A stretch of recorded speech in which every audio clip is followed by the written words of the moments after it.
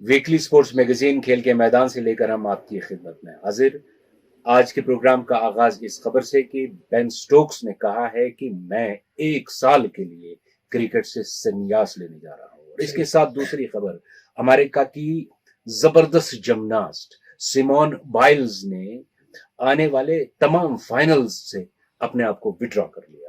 کیا آپ کو سملرٹی لگتی ہے تھوڑی سی ان دونوں واقعات میں؟ یہ 6 فائنلز میں پہنچی تھی اور 6 گولڈ میڈل کہتے ہیں ان کے تحت اس لیول کی ہیں جمناسٹ. آل راؤنڈ جو گولڈ ہوتا ہے جمناسٹ میں، پہلے اس سے انہیں وڈرا کیا اور اس کے بعد کل دیکھا گیا وہ بازار میں کچھ شاپنگ کر رہی تھی، لیکن وہ اس سٹیٹ آف مائنڈ میں نہیں ہے کہ فائنل میں کمپیٹ کر سکے. کوئی نہیں کہہ سکتا کہ وہ گھبرا گئی فائنل میں حصہ لینے سے، کوئی نہیں کہہ سکتا. ہو سکتا ہے کچھ لوگ کہیں جن کو کھیل کا کم پتا ہے، لیکن سائیکولوجیکل پریشر اولمپکس کا، بایو ببل، کووڈ حالات نے یہ حال کر دیا کھلاڑیوں کا کہ وہ ٹوٹلی کہتی ہیں کہ میں کسی بھی فائنل میں حصہ نہیں لوں گی. لاسٹ ٹائم ہم نے کہا تھا اوٹر کا، اس نے کہا you should die before withdrawing from Olympics. تو حالات کہاں پہنچ گئے. اب آپ نے سٹوکس کی بات کی. جی 1 سال کے لیے کرکٹ نہیں کھیلیں گے. 1 سال، دنیا کا بیسٹ آل راؤنڈر، اور انگلینڈ کو کیا اثر ہوگا. لیکن ان کی سٹیٹ آف مائنڈ دیکھیے. فادر گزر گئے نیوزی لینڈ میں، فیملی کچھ نیوزی لینڈ میں کچھ وہاں، انجری ہوئی، باہر ہوئے، واپس آئے. آدھی ٹیم ان کی جیسے پاکستان کے ساتھ کھیلنے کے لیے آدھی سے زیادہ ٹیم کو کووڈ ہو گیا، ان کو ہوا. اتنے زیادہ حالات خراب ہوئے ہیں اس وقت ان کے کہ اس سائیکولوجیکل پریشر میں ہے. وہ کہتے ہیں کہ ان کو نفسیاتی ڈاکٹر کی ضرورت پڑ رہی ہے. ہم نے کئی بار اپنے پروگرام میں یہاں پہ بات کی ہے کہ کووڈ سے کھلاڑیوں کی نفسیات پہ کتنا برا اثر پڑ رہا ہے. پہلے ہی یہ لوگ شاید نہیں سمجھتے ہیں جو ان کھلاڑیوں کے بارے میں گندے کامنٹس لکھتے ہیں. جی وہ نہیں سمجھتے ہیں یہ کس پریشر میں رہتے ہیں. بالکل صحیح. ایک کمپٹیشن کا پریشر، جیتنے کا پریشر، لاکھوں لوگوں کا پریشر، اپنی امیدوں کا پریشر صحیح ہینڈل کرنا، اس کے بعد فٹ رہنا، دماغ صحیح رکھنا، باقی چیزیں کرنا، 1000 چیزیں ہینڈل کرنی. اور اینی بڈی کین کریک. ٹرسکاتک ایک زمانے میں کریک ہو گئے. انہوں نے کہا ٹرسکاتک ایسے ہی کر رہے. ٹیٹ کا کریئر ختم ہو گیا. کتنے فاسٹ تھے، 160 پہ بالنگ کرتے تھے ٹیٹ. ایسے بہتوں کو ہوا. لارا کو ایک پیریڈ میں ہوا. یہ سمجھنے کی بات ہے. یہ انٹرنیشنل سپورٹ بہت کمپیٹیٹیو ہے اور بڑا ڈینجرس ہے. یہاں پہ میرے ذہن میں ایک سوال آ رہا ہے کہ ہم نے یہاں پر کشمیر میں بھی دیکھا ہے کہ اکیڈمیز کھولی جا رہی ہیں. بہت اچھا. کرکٹ کی یا باقی فٹ بال وغیرہ کی بھی، اور بھارت میں بھی بہت ساری جگہوں پہ اکیڈمیز کھولی گئی ہیں. تو کیا وہاں پہ ذہنی نشو و نما کے لیے نفسیاتی ماہرین کی ضرورت نہیں ہے؟ بہت زیادہ. آپ کہیں گے 12 سال کے لڑکے کو کیا ہے، اس کو پریپیئر کرنا ہے. 10 سال کی لڑکی کو پریپیئر کرنا ہے. اور یہ میں 12 کہتا ہوں کہ صبح 4 کی فٹ بال کو مار لی، اس کو اکیڈمی نہیں کہتے. آپ غلط سمجھ لیں. یا 2 گھنٹے بیٹنگ اور بالنگ کر لی، اس کو اکیڈمی نہیں کہتے. آپ دیکھیں ہندوستان میں واقعی بہت جگہ اکیڈمیز ہیں. وہاں سائیکولوجیکلی بچے کو پختہ بنایا جاتا ہے، ہار ہینڈل کرنے کے لیے، جیت کو سمجھنے کے لیے، سچویشنز ہینڈل کرنے کے لیے، زندگی کو سمجھنے کے لیے. یہ بہت ضروری ہے. اور ہم نے اپنے بچپن میں دیکھا، ہمارے ایک اسکول میں کوچ تھے ٹپو صاحب جی، ایک کوچ تھی اسپورٹس کے. وہ پریکٹس ہوتی تھی ہماری بچی اسٹیڈیم میں جہاں کرکٹ کا وجود نہیں ہے. وہ ہم پریکٹس کرتے تھے سمجھے 3 سے 5:30 تک یا 6 تک. 6 سے 7 تک وہ ہمیں ارد گرد بٹھا کے نان سٹاپ باتیں کرتے، ایٹیکیٹس کی، گیم کی، باقیوں کی. دیکھو اس کے ساتھ یہ ہوا تھا، اس نے وہ کیسے ہینڈل کیا تھا. یہ ہمیں نہیں سمجھتا یہ کیا کہتے ہیں، لیکن ہمارے ذہن میں بیٹھ گیا. ہم نے وہ پریشر نہیں لیا. وہ اس زمانے میں وہ جانتے تھے کہ اس چیز کی کتنی ضرورت ہے. ایسے کوچ تھے یہاں، اور وہ خود رانجی کھلاڑی تھے، بڑے بہتر انسان تھے. اور آج کے میگزین میں میرا بھائی چنو کی بات نہ ہو ہی نہیں ہو سکتا ہے. اور یہ ایک عجیب سی دلچسپ کہانی ہے. آپ دیکھیے، سنیے جاوید کیا کہہ رہے ہیں. 20 سال پہلے 2000 کی سڈنی اولمپکس میں کسی بھارتی ویٹ لفٹر نے وکٹری پوڈیم پر اپنے پاؤں رکھے. یہ کھلاڑی تھی کرنم ملیشوری. اب 20 سال کے بعد ایک اور بھارتی ویٹ لفٹر نے تاریخ دہرا دی اور بھارت کے لیے ٹوکیو اولمپکس کی شروعات میں ہی چاندی کا تمغہ جیتا اور ملک کے لیے دھماکے دار آغاز کیا. یہ کھلاڑی ہیں منی پور سے تعلق رکھنے والی میرا بائی چانو. میرا بائی کا جنم امپھال سے 22 کلومیٹر دور نونگ پونگ کاک چین گاؤں میں ہوا. 8 اگست 1994 کو پیدا ہوئی میرا بائی اپنے بھائی بہنوں میں سب سے چھوٹی. میرا بائی جب 10 سال کی تھی تو ایک مرتبہ وہ اپنی بہنوں کے ساتھ لکڑیاں لانے جنگل گئی. لکڑیاں جمع کی گئی تو گٹھا اس قدر بھاری ہو گیا کہ ان کی بڑی بہن سے اٹھایا نہ جا سکا. تو میرا بائی نے اتنے بڑے گٹھے کو خود سر پر اٹھا کر گھر پہنچا دیا. اس دن شام کو میرا بائی پڑوس کے گھر ٹی وی دیکھنے گئی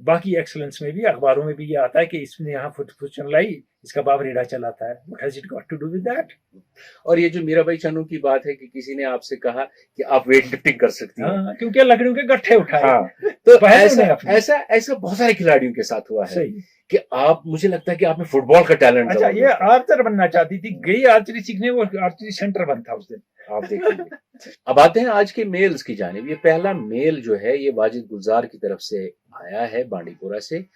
آپ لکھتے ہیں کہ جو ایل آٹر پہ آپ نے سٹوری چلائی تھی وہ بہت ہی زبردست اور بہت ہی دلچسپ سٹوری تھی, اور ساتھ ہی جو جاوید پرے کا جہانگیر خان کا سیگمنٹ تھا وہ بہت اچھا سیگمنٹ تھا. اسی سیگمنٹ کی تعریف میں محمد عابد شفیع نے بھی اس کی تعریف کی ہے اور دانش آفاقی نے بھی اس سیگمنٹ کی تعریف. صحیح بات ہے. تو جہانگیر خان کے تو جاوید نے اچھا بنایا تھا, دوسری جو بھی لکھا تھا. دوسری بات یہ بھی ہے کہ آپ لوگوں کو آئیڈیا نہیں تھا جہانگیر خان کون ہے, بہت صحیح. اور جو اس سے پہلے آپ نے آرڈر کی بات کی, وہ ہم نے سمجھا کہ اولمپکس کے ایسے لوگوں پہ بات ہو, مائیکل فیلپس پہ سب بات کرتے ہیں, مارک اسپٹس پہ سب کرتے ہیں, ان پہ ہو جن نے کچھ کمال کیا ہے اور بہت دشواریاں فیس کرنے کے باوجود.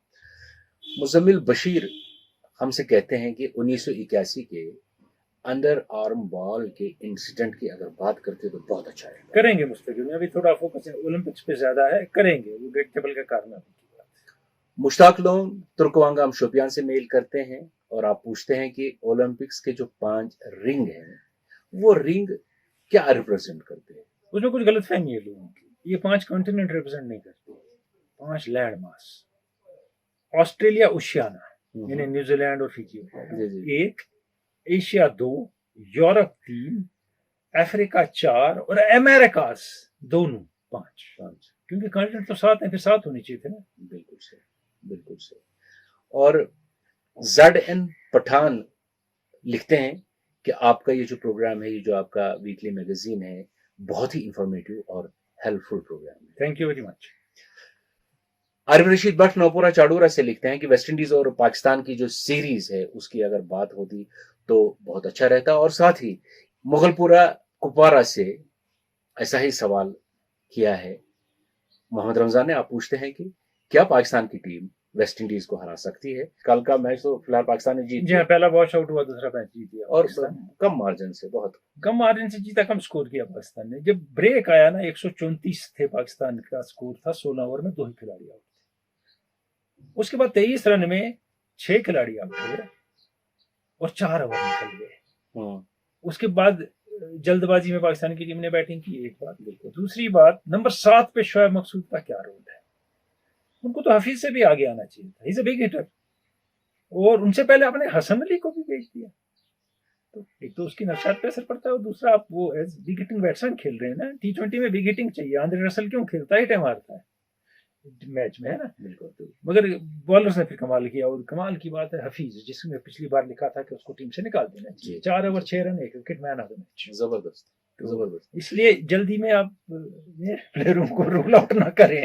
اور ٹیسٹ بھی آنے والے ہیں, ٹیسٹ بھی آنے والے ہیں, اور پاکستان کی ٹیم جیت سکتی ہے. ایک اور 50 بنایا بابر اعظم نے, اور بہترین بیٹنگ رضوان نے کی, لیکن کچھ اوور ڈیپینڈنٹ ہے ان دو کی ٹیم. جب یہ 2 نہیں رن بناتے ہیں تو ہار جاتے ہیں.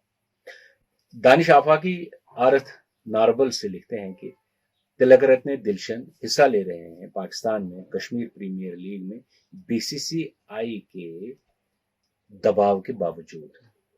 He has nothing to do. He has already retired. اگر آپ سری لنکن بورڈ کو بھی دباؤ ڈالیں گے تو دلشان کو کیا ہوگا؟ یہ ہرشل گبز نے بھی کہا ہے, ان کے ساتھ بھی ایسا ہو رہا ہے. جی.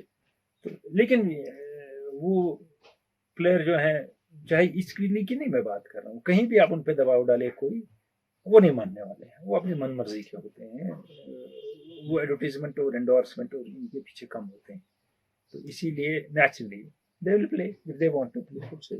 دانش صاحب آگے لکھتے ہیں کہ سری لنکا نے اپنے اہم 3 کھلاڑیوں کو بین کیا ہے جو انہوں نے کووڈ پروٹوکول کو بریچ کیا انگلینڈ میں. دیکھیے اس میں گنتل کا ہے, ڈکولا ہے اور مینڈس ہے. میرے خیال میں 1 سال کا بین بہت زیادہ ہے بریچ کرنے کی. اب اس کے بیانڈ کیا ہوا ہم نہیں جانتے ہیں. ٹیم ویسے ہی کمزور ہے, میتھیوز کھیل نہیں رہے ہیں, اور کئی ایک پلیئر جو ہیں وہ انجرڈ ہیں, کوئی پرابلم ہے, ایشوز ہیں ان کے کرکٹ میں, یا تو ویسٹ انڈیز کے یا ان کے. 1-2 سوال ہمارے پاس اور ہیں, لیکن پہلے ہم پچھلے کوئز کا جواب دیں گے. جہاں پچھلے کچھ کا جواب ہے، آپ نے کچھ لوگوں نے صحیح لکھا ہے کہ 1968 میں ہوا تھا میکسیکو اولمپکس میں. ٹامی اسمتھ، جوان کارلوس تھے، اور جو تیسرے پیٹر نارمن تھے ان کے ساتھ کھڑے میڈل پوڈیم پہ.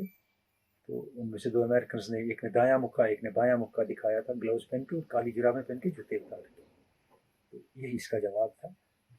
کچھ نے ریو اولمپکس وغیرہ جرمنی شرمنی لکھا، وہ صحیح نہیں، یہی ہے. اور ہم نے یہ پوچھا تھا کہ جرابیں کیوں نیوز میں اسی لیے نیوز میں کالی جرابیں. تو صحیح جواب جو ہے وہ 4 لوگوں نے دیا ہے. آپ ہیں واجد گزار بانڈی پورہ سے، عارف نذیر پاپا بسپورہ سری نگر سے، عبید نبی سوپور سے اور سجاد میری.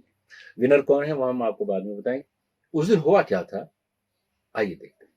یہ جو تصویر آپ دیکھ رہے ہیں یہ 16 اکتوبر 1968 کی ہے. تصویر ہے میکسیکو اولمپکس کی، میکسیکو سٹی کی. ٹامی اسمتھ 2000 ورلڈ ریکارڈ بنا کے گولڈ میڈل جیتے ہیں، ان کے ساتھ ہی کارلوس تیسرے نمبر پہ آتے ہیں. دونوں کے فسٹ یا مکے ریزڈ ہیں، ان میں انہوں نے گلوز پہنے ہیں کالے، اور جوتے نہیں پہنے، کالی جرابیں پہنے. Socks became famous. It wasn't just socks. ایسی پروٹیسٹ کی، ایسے احتجاج کی مثال دنیا کی سپورٹس تاریخ میں نہیں ملتی ہے. جب امریکہ کا قومی ترانہ بج رہا تھا تب یہ بلیک فسٹ ان نے ریز کیا آف بلیک پاور، کالے دستانے پہن کے.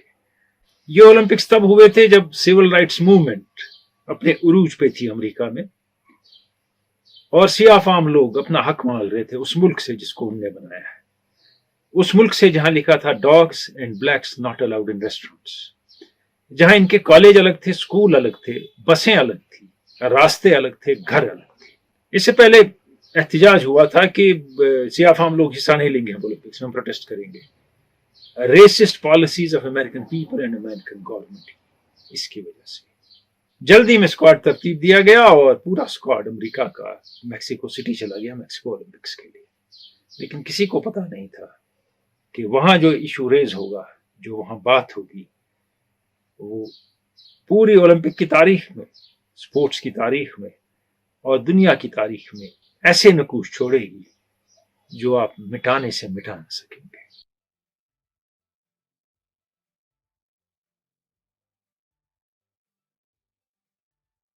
آسٹریلیا کے ایتھلیٹ نارمن جن کا سلور میڈل تھا، بلیک پیچ ان نے بھی پہنا تھا ان کی سالیڈرٹی میں.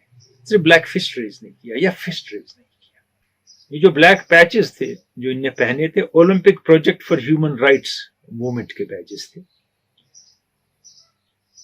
یہ OPHR جو ہے اس کی بنیاد ڈالی تھی 1967 میں ڈاکٹر ہیری ایڈورڈز نے.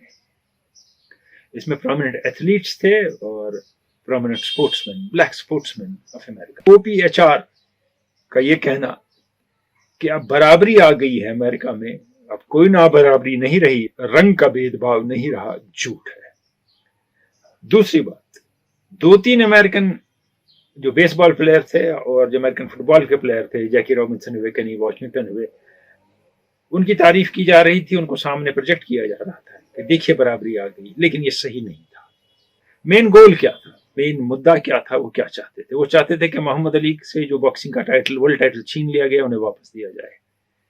کیونکہ محمد علی کالوں کے حقوق کے لیے لڑ رہے ہیں اور ویتنام کی جنگ کے خلاف ہیں، نہ ملک کے خلاف ہیں نہ کسی قوم کے خلاف ہیں. دوسرا مدعا تھا سیاہ فام کوچز کو اپنی جگہ دی جائے جو وہ ڈیزرو کرتے ہیں، جو انہیں نہیں مل رہی. تیسرا بڑا ہی امپورٹنٹ مدعا جو تھا جس کی وجہ سے پروٹیسٹ ہوئی، وہ یہ تھا کہ ایوری برنڈیج جو انٹرنیشنل اولمپک کمیٹی کے صدر تھے ان کو ہٹایا جائے، کیونکہ برنڈیج مانے جاتے تھے for racism, sexism and anti semitism through history. اور ساؤتھ افریقہ اور روڈیشیا کو گیم سے نکال دیا جائے کیونکہ وہاں نسلی بھید بھاؤ ہے. کہا جاتا ہے the black glove on Smith's right hands signified the power of black America. The black glove on Carlos' left hand signified black unity. The scarf worn around Smith's neck was a symbol of black pride and blackness in America. ایک نے دائیں ہاتھ میں، ایک نے بائیں ہاتھ میں پہنا گلوز. دیکھ سکتے ہیں آپ. اور چیز بھی کہ کارلس نے اپنا جیکٹ جو انزپ کیا، جو ایٹیکیٹس کے خلاف تھا اولمپکس کے میڈل سیریمنی پہ. پہلی بات. دوسری بات کہ انہیں گلے میں ایک مالا جیسی پہنی تھی to honour victims of lynching, black victims of lynching in America. اپنی بایوگرافی میں اسمتھ لکھتے ہیں 2007 میں، بایوگرافی کا نام ہے سائلنٹ جیسچر، آپ پڑھ سکتے ہیں. It was more of a human rights salute than a black power salute. حقیقت یہ ہے کہ تینوں ایتھلیٹ نے اس کے بعد بہت سفر کیا.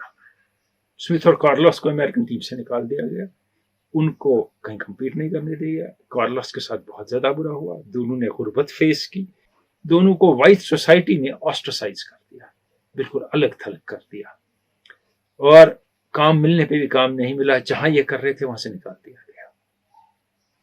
لیکن جو بات انہیں کرنی تھی وہ کر دی اور کہہ دی. اور اس کے بعد پورے امریکن سپورٹس میں ایک بلیک ریولوشن آیا. سیاہ فام لوگوں کی حیثیت اور اہمیت کو آپ کو ماننا پڑا. کیا اب ان کو اپنا پورا حق ملتا ہے؟ تھوڑا ڈاؤٹ تو اس پہ بھی ہے، لیکن پہلے سے بہت زیادہ بہتر کنڈیشنز ہیں ٹام اسمتھ اور کارلوس کی وجہ سے، اور ابو آل آف دیم محمد علی کی وجہ سے. سوانح حیات میں اسمتھ آگے لکھتے ہیں ایک جگہ، It was a cry for freedom and for human rights. We had to be seen because we couldn't be heard. یعنی ان کی بات سنی نہیں جاتی تھی، تو انہیں دنیا کو اپنے اشاروں سے، اس ایکشن سے دکھانا تھا کہ ہم پہ جو گزر رہی ہے وہ ہم برداشت نہیں کریں گے. کارلس نے اس کے بعد کچھ انٹرویوز میں کہا، دیکھیے کیا کہا انہیں. I looked at my feet in my high socks and thought about the black poverty I had seen from Harlem to East Texas. I fingered my beads and thought about the picture I had seen of this strange fruit swinging from popular trees of the South. ان حالات سے یہ گزر رہے تھے، اس سے بہتر طریقہ نہیں تھا دنیا کے سامنے پروجیکٹ کرنے کا. انہیں وہی سمجھا، خمیازہ اٹھایا، لیکن باقیوں کے لیے کام کر گئے. بہت عرصے کے بعد اسمتھ اور کارلوس کو اولمپک فولڈ میں واپس لایا گیا، لیکن تب تک بہت وقت ہو چکا تھا، اور یہ دونوں پروفیشنل فٹ بال کھیلنے چلے گئے تھے، اور انہیں آگے لائف اپنی پروفیشنل فٹ بال میں گزاری، ایتھلیٹکس میں نہیں گزاری. لیکن نارمن امیڈیٹلی ریٹائر ہو گئے. پیٹر نارمن جنہیں سلور میڈل جیتا تھا، کیونکہ ان کو پتا تھا بیج تو انہوں نے بھی پہنا ہے، تو اس کا خمیازہ ان کو بھگتنا پڑے گا، کیونکہ آسٹریلیا میں بے حد زیادہ ریسسٹ کمیونٹی تھی. اور اس کے بعد ایسا ہوا کہ وہ ڈپریشن کے شکار ہوئے، الکوہولزم کے شکار ہوئے، اور پین کلر ایڈکشن کے شکار ہوئے. ان کو وہ مقام کبھی نہ آسٹریلیا نے نہ اولمپک موومنٹ نے دیا جس کے وہ حقدار تھے، اور انہوں نے اپنا سلور میڈل دروازے کے باہر ڈور سٹاپ کے بدلے لگا کے رکھا. 2012 میں کچھ نیند سے جاگی آسٹریلین گورنمنٹ، اور انہوں نے ریکگنائز کی پیٹر نارمن کی اچیومنٹس اور انہیں ریکگنیشن دیا. بہت دیر ہو چکی. 2000 میں اپنے گزرنے سے پہلے نیو یارک ٹائمز سے بات کرتے پیٹر نارمن نے کہا تھا، I won a silver medal, but really I ended up running the fastest race of my life to become part of something that transcended the games. ان کو بھی پتا تھا یہ کس چیز کا حصہ بنے. اور اس کے بعد بلیک پاور موومنٹ شروع ہو گئی. سول رائٹس موومنٹ نے گین کیا، اور سیاہ فام لوگوں کو امریکہ میں کسی حد تک اپنے حقوق ملنے لگے. نظر دوڑائیں پچھلے 10 سال 20 سال میں 25 سال میں ارد گرد دنیا کے سپورٹس میں ہے کسی کھلاڑی میں دم؟ اگر اس پہ کچھ گزر رہی ہے، اس کے ملک میں کچھ ہو رہا ہے، اس کی قوم پہ کچھ ہو رہا ہے، کچھ لوگوں کے ساتھ زیادتی ہو رہی ہے کسی میں دم کہ وہ اپنے اکنامکس اور کمرشل فائدوں کو چھوڑ کے اتنی بڑی نہیں، کوئی معمولی سی بات بھی کرے، کسی کاز کے لیے بات کرے. I think not. May be some outside the subcontinent, some to a little extent, no one in this subcontinent. پیسہ کماؤ اور خاموش رہو، منترا یہی.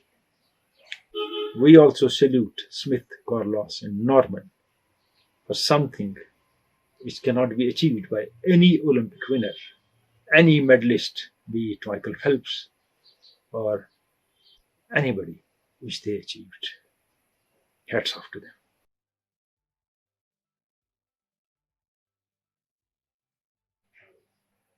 ایک زبردست سیگمنٹ آپ دیکھ لیجئے کہ لوگوں کے حق کے لیے چاہیے اپنا کریئر اپنا کریئر داؤ پہ لگا دیں. کیا آج کے کھلاڑی ایسا کر سکتے ہیں؟ نہیں، ممکن نہیں. یہ کھلاڑی تو بات نہیں کرتے ہیں کسی ایشو پہ، تو بات کرتے ہیں بہت سے کھلاڑی. جی جی.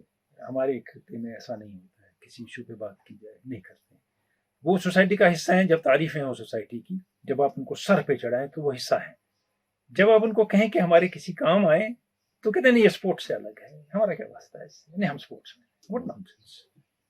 تو یہ جو انہوں نے کیا, اور اس کے بعد جیسے میں نے کہا ہے کہ سیاہ فام لوگوں کا ایک انقلاب جو آ رہا تھا اس کو بہت زیادہ امپیٹس ملا, اور اس کے بانی کون تھے, پیچھے کون تھے, وہ محمد علی. ان کی انسپریشن کون تھے, محمد علی, the greatest sportsman ever.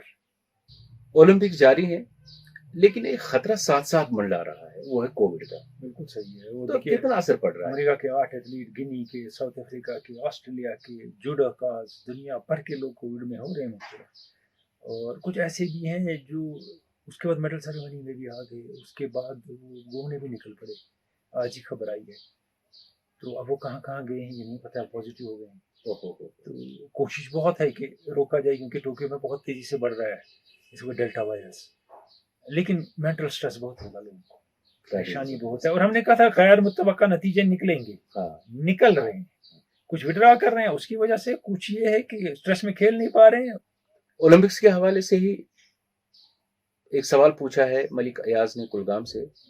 لکھتے ہیں کہ اتنا بڑا ملک, اتنا وسیع ملک ہونے کے باوجود ہم میڈلز اولمپک میں کیوں حاصل نہیں کر پاتے, جبکہ چھوٹے چھوٹے ممالک جو ہیں وہ میڈلز لیتے ہیں. صحیح ہے, انڈونیشیا, فلپین, بالکل. اور یہ ساتھ میں لکھتے ہیں کہ ہمارے کھیلوں میں سیاست ہے. صحیح. اور لکھتے ہیں کہ کوچنگ اور سپورٹ سٹاف کو نظر انداز کیا جاتا ہے. یہ بھی ایک وجہ ہو سکتی ہے. کہ آپ کی کیا رائے ہے اس پہ؟ دیکھیے بہت سے معاملے ہیں. ایک جو آپ کہہ رہے ہیں یہ صحیح سیاست ہے. دوسری بات یہ ہے کہ دیکھیے کیا ہوتا ہے. ایک تو اب کشمیر کی بات کریں, انفراسٹرکچر بنا رہے ہیں اندھا دھند, کوالٹی کا ہے یا نہیں ہے دکھا رہے ہیں, بن رہا ہے. کوچ کہاں ہے اس انفراسٹرکچر کو چلانے کے لیے؟ وہ گیم سکھانے کے لیے کوچ کا ہے ندارت, سکھائے گا کون؟ ایسے ہی لوگ بھیڑ میں کھیلتے رہیں گے, خوش رہیں گے. ایک بات. دوسری بات دیکھیے نا, کرپشن ایٹ ایوری لیول ہے یہاں. کس سینس میں؟ کورٹ بنانا ہے بیڈمنٹن کا ملک میں, ٹینس کا, جس کو آپ کنٹریکٹ دیں گے اس سے مال کھائیں گے, جس سے بالیں لیں گے مال کھائیں گے, ریکٹ لیں گے مال کھائیں گے, لائٹیں لگائے گا مال کھائیں گے, سب اسٹینڈرڈ لگائیں گے, ریفریشمنٹ دیں گے اس میں پیسہ کھائیں گے. ہر چیز میں آپ ایسا کریں گے کہ پہلے ہمیں کتنا فائدہ ہوتا ہے ہر گیم میں, تو وہ اسٹینڈرڈ چیز سامنے آئے کہ نہیں. اور ایک اور چیز بھی ہمیں بائی اینڈ لارج مارنی چاہیے, ہمیں زیادہ ایفرٹ لگانا ہے.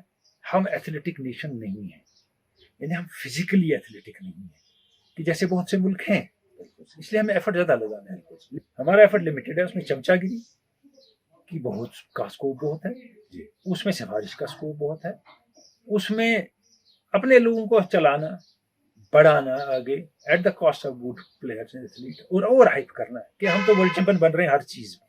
یہ بہت زیادہ ہے, جبکہ کھیل کی طرف توجہ کم ہے. بالکل صحیح ہے. اسی لیے جو آپ نے کہا کہ چھوٹے چھوٹے ممالک میڈل لیتے ہیں, بالکل ان میں یہ چیز نہیں. بالکل صحیح بات ہے.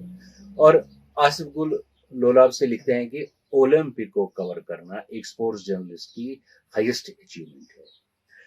اس میں جو رپورٹ پیش کرتے ہیں کیا وہ زبانی بولتے ہیں یا اسکرپٹڈ ہوتی ہے؟ دیکھیے دو چیزیں ہیں. ایک تو آن دا اسپاٹ اگر آپ کو بات کرنی ہے, کمنٹری کرنی ہے, بولنا ہے, وہ کمنٹری کا مطلب نہیں ہے صبح سے شروع ہو گئے. ہمارے یہاں جو کرکٹ پہ عادت ہے 8 بجے میچ ہے, 6 بجے سے بکواس شروع کی, نہیں. وہاں ایونٹ ہو رہا ہے, یہ کھڑا ہو گیا بندوق لے کے, گولی مار رہے ہیں, یہ گولڈ میڈل جیت سکتا ہے. آپ دور سے اس کی کمنٹری کر رہے ہیں جو آن ایئر جا رہی ہے, اور ادھر آپ کو بہت خاموشی سے بولنا ہے. وہاں پن ڈراپ سائلنس ہوتا ہے شوٹنگ اور آرچری وغیرہ میں, مگر آپ کو اس وقت بیک گراؤنڈ وغیرہ چیزیں, ڈسٹینس کتنا ہے, کیا ہے, 19-30 سیکنڈ میں بولنا ہے. 30 سیکنڈ یہ زبردست شوٹ ہو جائے گا. ایک بات ہے, اگر آپ بعد میں رپورٹ دے رہے ہیں آدھا گھنٹہ بعد, لیکن آپ کو لکھنی پڑتی ہے, چاہے ٹی وی پہ ہو یا ریڈیو پہ. آپ ایک بار لکھ کے ٹی وی پہ بھی ہم پڑھ لیتے ہیں اس کو سیریسلی. یہ نہیں کہ جو ہمارے آج کل ٹی وی پہ آگے کاغذ لے کے نام نہیں پتا ان کو ہاکی پلیئر کا, ایسے پڑھ رہے ہیں, وہ نہیں. آپ وہ پڑھ لیتے ہیں 1-2 بار. اس کے بعد اگر ریڈیو کے لیے ہے پھر بھی آپ لنکس سارے لکھتے ہیں, کیونکہ ایک منترا ہے ان رپورٹنگ کا. اس میں جو ریڈیو پہ رپورٹ جاتی ہے, میں نے بہت انٹرنیشنل ایونٹ کیے ہیں, آپ کو 2 سے زیادہ منٹ نہیں ملتے ہیں 5 گولڈ میڈل ڈسکرائب کرنے کے لیے. 2 منٹ جی جی, اس میں آپ 3 انٹرویو ڈالتے ہیں اور 5 گولڈ میڈل ڈسکرائب کرتے ہیں. کم لفظوں میں زیادہ بولنا ہے, اور اس میں سب سے بڑی بات ہے. اور اس میں ایک آپ نے جرنلسٹ کی بات کی, تو میں کہتا ہوں ایک پرسنل جو ایک وٹ ہوتا ہے نا جرنلسٹ کا, وہ کام کرتا ہے. لیکن آپ مجھے آپ کی ایک بات یاد آ رہی ہے, جب آپ نے اس کا میری کام کا انٹرویو لیا تھا تو آپ نے کیا کہا اس کو کہ آپ کے گھر میں بچے کا اس وقت چل رہا ہے, کہا وہ رونے لگی. ہاں وہ رونے لگی, تو آپ نے اس کو کہا کہ نہیں, آپ ہی نہیں پورا ملک آپ کے ساتھ اس وقت سیلیبریٹ کر رہا ہے اور آپ نے celebrate بہت اچھا گفٹ ملک کو دیا ہے. بالکل بہت اور اس زبردست. نے کیا کہا I'll never forget you, I'll never forget you. بالکل صحیح ہے. تو یہ چیزیں ہونی چاہیے جب آپ میں ہیں تو انشاءاللہ انسان کو کامیابی ملتی ہے. مجھے ایک بات بتائیے, اب تھوڑی سی کرکٹ کی بھی بات ہو جائے. یہاں لوگ کہتے ہیں کہ آپ صرف کرکٹ کی ہی بات کرتے ابھی ہیں. تک ہوئی نہیں, تھوڑی سی پاکستان کی. ہاں, تو ہم کہتے تھے کہ بھارت کے پاس بینچ اسٹرنگ زبردست ہے. میں نے بھی کئی بار کہا, آپ نے بھی کہا, لیکن کیا ہوا کہ T20 سیریز ہاری؟ دیکھیے وہ اس میں بینچ اسٹرنگتھ کا قصور نہیں ہے. جو 11 پلیئر میدان میں آخری 2 میچوں میں انڈیا نے اتارے, 11 ہی اویلیبل تھے, باقی کو کووڈ ہو گیا تھا. 5 ہی بیٹسمین تھے, 6 بالر کھیلتے تھے میچ, کیونکہ اتنے ہی موجود تھے. یہ حالات کا تقاضا ہے آج کووڈ کے کہ ایسا ہوگا کسی ٹیم کے ساتھ. ٹاپ پلیئر باہر بھی ہو سکتے ہیں آپ کے. اور دوسری بات ہے, پڈیکل ہوا, باقی ہوئے, سنجو سیمسن ہوئے, اچھے کھلاڑی ہیں, لیکن یہ زیادہ اچھے تب ہیں جب ان کے ساتھ وہ سینئر 4 کھلاڑی ٹیم میں ہوں گے جن کو یہ سپورٹ کریں گے. جب سارا بوجھ ان پہ پڑتا ہے تب آپ کو پتا چلتا ہے کہ تھوڑا ہائپ زیادہ ہے. بالکل, کہ خود بخود یہ کچھ کیری نہیں کر سکتے, ان کو کیری کرنے کے لیے بندہ چاہیے, کیونکہ ابھی چھوٹے ہیں, کم ایکسپیرینس ہے. اور سری لنکا نے اچھا کھیلا, کم بیک کیا, انڈین سمجھ نہیں پائے. حالانکہ سری لنکا کی ٹیم بھی بہت کمزور ہے, لیکن اب وہ دراوڑ جو آپ سب کر رہے تھے, یہ کھلاڑی دراوڑ والے تھے میکسیمم جن نے 2 میچ ہارے. جی, تو ٹائم لگے گا سمجھنے میں. اب ونر کا نام جنہوں نے پچھلے ہفتے کا ٹاس جیتا ہے, آپ ہیں عارف نذیر بابا, بس پورا سے بہت بہت مبارک عارف نذیر بابا. ہر بار حصہ لیتے ہیں, سوال اچھے پوچھتے ہیں اور ونر بھی ہو جاتے ہیں. اب آج کا سوال, آپ یہ تصویر دیکھیے غور سے اور بتائیے کہ یہ کب اور کہاں ہوا ہے. صحیح بات, وہ جواب دیں گے آپ کے KM اسپورٹس میں, جو ہمارا گروپ ہے فیس بک پہ, اس کے ان باکس میں. اس وقت ہمیں دیجیے اسپورٹس میگزین سے اجازت. خدا حافظ.